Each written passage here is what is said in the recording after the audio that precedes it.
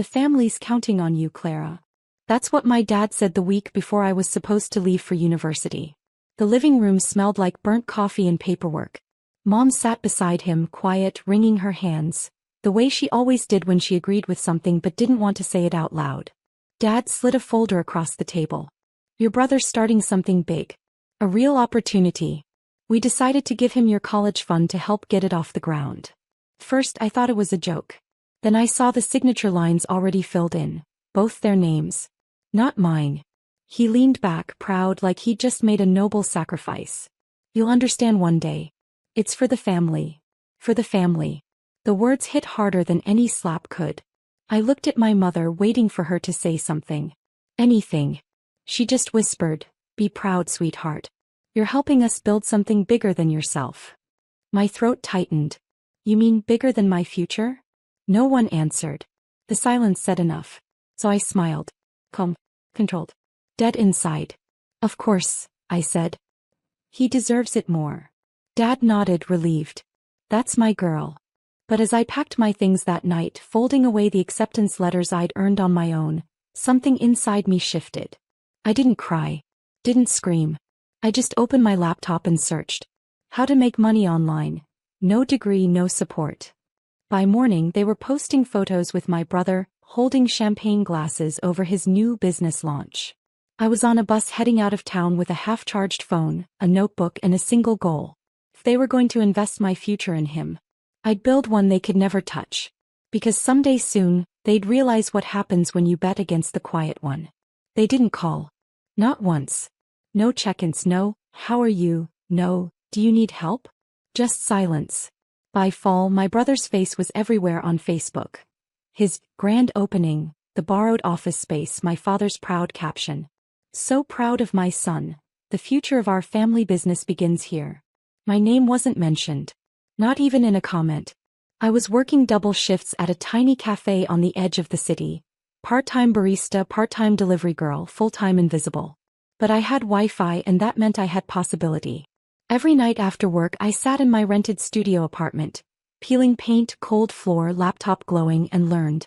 Freelance design, marketing, social media algorithms, digital sales. I didn't just watch tutorials. I devoured them like survival. By December I'd built my first online store. By February it had profit. By April I had clients, companies paying me more than my cafe ever could. And by the 1-year mark I wasn't surviving anymore. I was thriving. Quietly. Meanwhile my brother's company started cracking. He'd taken every shortcut possible, buying equipment he didn't need, throwing parties instead of paying bills. The same friends who'd toasted him at his launch began ghosting him. Then one night I saw it, a post I wasn't tagged in but couldn't ignore. Sometimes family support isn't enough. Some people just don't understand vision. My father had commented beneath it. We'll rebuild. We always do. I smiled at the irony. Because while they were still trying to rebuild their image, I'd built something real. A company registered in my name, clients who respected me, an income that could fund every degree they took from me. And the best part? No one knew yet. Not until the bankruptcy notice hit their doorstep. It started with a text from Mom. Just 3 words. Call your father. Urgent. I almost didn't. But curiosity and maybe a flicker of something old made me press dial. He answered on the second ring, his voice tight. Clara, things have been complicated. Your brother's business. I could hear the panic he was trying to bury. It's facing some challenges. He just needs a little help getting through this quarter. I let the silence stretch until it became uncomfortable. Help. I repeated. Like the kind I was supposed to get before university? He sighed, exasperated. You're being petty. We're family. There it was again. Family, the word they used when they wanted something. I don't have anything to spare, I said evenly. I'm focused on my work. What work? He snapped. You didn't even go to college. I smiled to myself. Exactly. That night I checked the public records. His company, the one my tuition funded, was officially marked insolvent. My brother had burned through every penny they'd given him. Bad loans. Flashy cars. Empty promises. And yet they still thought I was the failure. I closed my laptop and leaned back, staring at the city lights outside my window. the skyline I'd conquered quietly one project at a time. My company had just crossed its first million in revenue. No degrees. No connections. No family. The next morning Dad called again. "We could use your expertise," he said. "Maybe you could consult." "I charge a consultation fee," I said. "You can email my office." He paused, confused. "Office?" "Yes," I said softly. "The one built with the money you thought was wasted." He didn't reply. But the silence on the line told me everything. For the first time my father had no lecture, no advice. Just the sound of his own regret.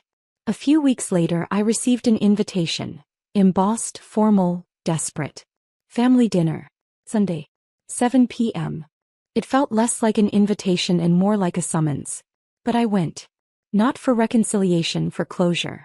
The house looked smaller than I remembered. The walls that once screamed pride now whispered loss. Dad greeted me with a stiff smile. Mom fussed over the table, pretending everything was normal. My brother sat quietly, eyes hollow, the first time I'd ever seen him without arrogance. "Clara," Dad began, gesturing to the chair across from him. "It's good you're here. We've been struggling." I waited. No emotion. No reaction. He continued, voice heavy. "Your brother's business went under. We might lose the house. We were hoping." I stopped him gently. "Hoping what exactly?" "That you could help. You've always been good with numbers." I almost laughed. Numbers. The same ones they'd taken from me when they stole my tuition. Mom reached for my hand. "You've done so well, sweetheart. Surely you can spare a little." I pulled back, calm but firm. "You didn't raise me to be generous. You raised me to be useful." My brother's head snapped up. "Don't act like you're better than us." "I'm not," I said softly. "I just stopped letting you decide my worth." Dad's tone sharpened. "Clara, this attitude. This independence," I corrected. "That's what you mean." The room went still. For the first time they had no control and they knew it.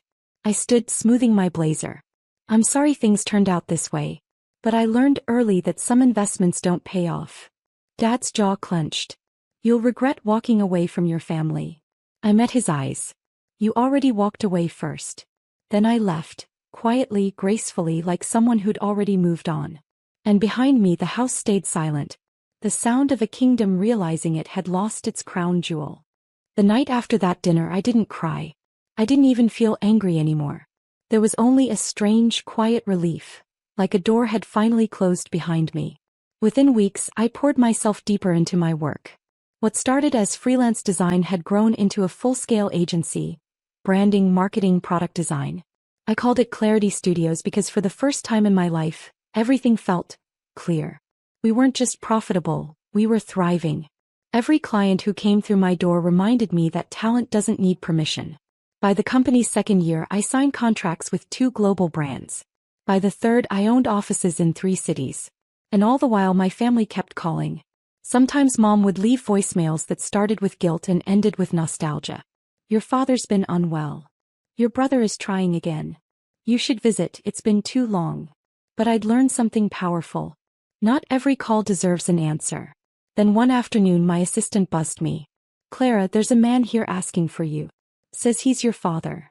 For a second I froze. Then I told her to let him in. He looked older. Smaller. The confident man who once made decisions about my life now stood in my office, surrounded by the empire he'd unknowingly inspired. He looked around, voice trembling. "You've done well." I folded my arms. "I learned from your mistakes." He nodded, eyes glistening. "I didn't realize what we'd taken from you until it was gone." "I did," I said softly.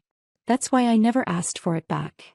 For a long time he didn't speak, just stood there, absorbing the quiet proof of everything he'd underestimated. And in that silence I realized something I hadn't before. I didn't need revenge. I already had results. After Dad left my office that day, I sat by the window long after sunset. The skyline shimmered, cold, endless, beautiful. It didn't feel like triumph. It felt like distance. The next morning I did something unexpected. I met with my board and pitched a new branch under Clarity Studios. Clarity Futures. A mentorship and funding program for women who'd lost opportunities to favoritism, family politics, or financial control. When I finished the presentation, my team just stared. Clara, my COO said, you want to help people who went through what you did? I smiled. Exactly. Success means nothing if it doesn't fix what broke you. Within months, the first batch of applicants arrived. Young women with stories that felt painfully familiar. One had dropped out of university after her parents refused to fund her major. Another had given up her scholarship for her brother's medical school. Each of them carried a quiet determination I recognized immediately. We gave them laptops, grants, and mentorship. I didn't tell them where the funding came from. They didn't need to know that every dollar once belonged to a dream I was denied. Meanwhile, my brother's new venture folded in 6 months. The news made its way to my inbox through whispers, but I didn't react. He'd been handed everything and still had nothing. I'd been handed nothing and built everything. One evening, as we wrapped up our first mentoring session, one of the girls asked, "What do you do when your own family doesn't believe in you?" I paused. You build something that forces them to. The room fell silent, then someone whispered, "That's power." No, I thought quietly. That's peace. And for the first time since that day in the living room, I felt completely, utterly free. Not because they'd lost, but because I no longer needed them to see me win. It was nearly 2 years later when my mother showed up at my office unannounced. No calls, no warnings, just a knock at the glass door, her small frame reflected in the sunlight. For a moment I just looked at her through the window. The last time I'd seen her, she'd avoided my eyes. Now her gaze was soft, tired maybe, but real. "Clara," she said when I opened the door, voice shaking, "you look different." "I built a life," I replied. "That'll do it." She nodded, glancing around the room, the awards, the hum of quiet productivity. "You did all this without us." "Without your permission," I corrected gently. She flinched. "Your father hasn't been well. He regrets a lot." I stayed silent. "I should have fought harder for you," she continued, eyes glistening. "You were just a girl and I let them take your future." The admission hung between us, years of silence condensed into a single sentence. I finally said, "You don't owe me an apology. You owe yourself one." She looked up, surprised. "You stayed small to keep peace," I continued. "I stopped doing that and it saved me." She smiled weakly. "You always were the brave one." Before she left, she placed a folded envelope on my desk. "I found this while cleaning," she said. "It's from the day you were accepted to university." After she left, I opened it. Inside was my old acceptance letter, and behind it, a note in Dad's handwriting. "She'll do great things. I just hope she doesn't forget where she came from." I traced the words slowly, a bittersweet ache in my chest. He was right, I hadn't forgotten. But I'd redefined it. Family wasn't where I came from. It was what I chose to build after they stopped believing in me. A year later, the world finally caught up. Clarity Futures had gone international. Branches in 5 countries, scholarships changing hundreds of lives.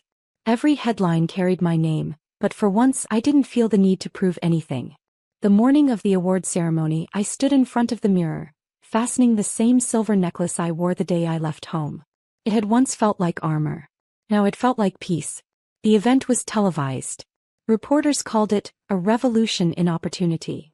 And as I walked onto the stage to accept the Global Innovator Award, I spotted them in the crowd. My parents. Older. Smaller. Sitting quietly in the back row, hands clasped. I didn't flinch. I didn't look away. I simply began my speech. When I was 18, someone told me my education wasn't worth investing in. They were wrong, but not in the way they think. Because what I built came not from what I lost, but from what I learned. Pause. The room went still. Sometimes family teaches us what love isn't, so we can recognize what it finally is. The applause was thunderous, but all I heard was silence. That sacred, rare kind that feels like closure. After the ceremony, I walked out into the city night. My driver offered to take me home, but I shook my head and started walking. Through the glass of a cafe window, I saw my mother watching the broadcast replay. Her hand was on Dad's. For the first time, I didn't feel anger. Just understanding. They'd taken my tuition, my start, my chance. And unknowingly, they'd given me something greater. The reason to never need them again. I turned my phone off that night, not in bitterness but in peace. The world was finally quiet, and for the first time I could hear myself think.